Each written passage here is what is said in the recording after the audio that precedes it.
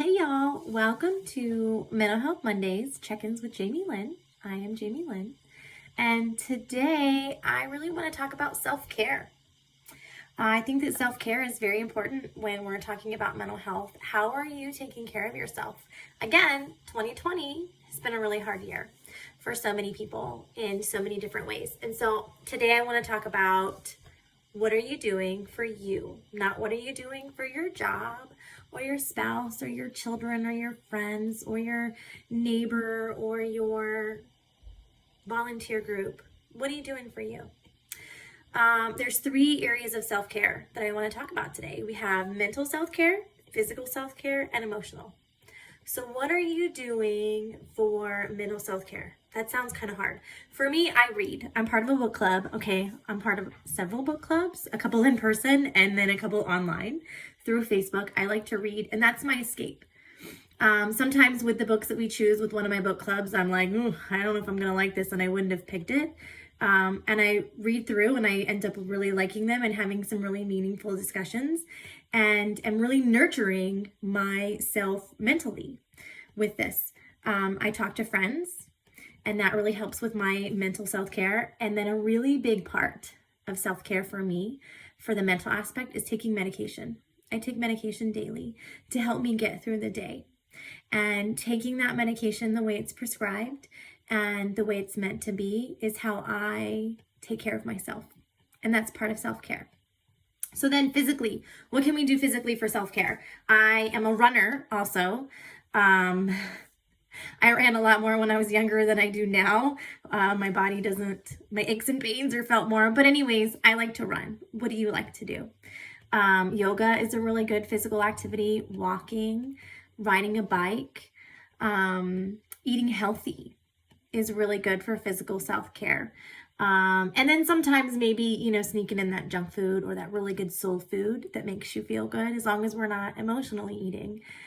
Eating some healthy food is a really good physical self-care. And skincare. I have a really great skincare routine. I'm not going to share with you because that's not the point of this. But I always feel really good when I follow my whole regimen and I do what I'm supposed to. And then I look at my skin and it's bright and it's shining. And so there are some days where I'm kind of down in the dumps and I think, maybe I just need to exfoliate my face a little bit. And that little bit of self-care can really boost my mood. And then I'm, much nicer to everyone around me. So establishing a good skincare routine or, doing a whole body scrub and doing that is really good physical self-care. And then there's emotional self-care. So, while I think skincare is good physical self-care, I think a hot bubble bath is really good for emotional self-care. We live in base housing, so I don't really take too many of those. I used to.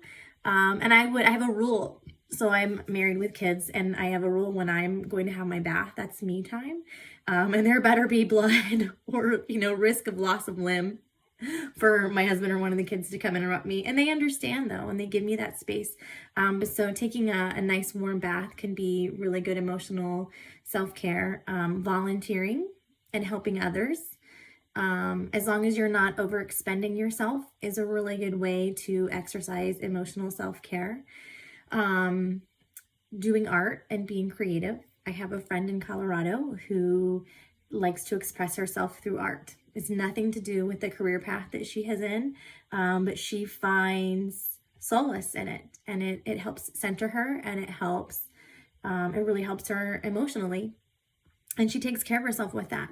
My kiddo likes to draw, and so when she's upset and angry, I encourage her to go get her journal and draw something, because I'm trying to teach her from an early age, that's emotional self-care. Doing different kinds of art. So I talked about art. What are some self-care things that you do?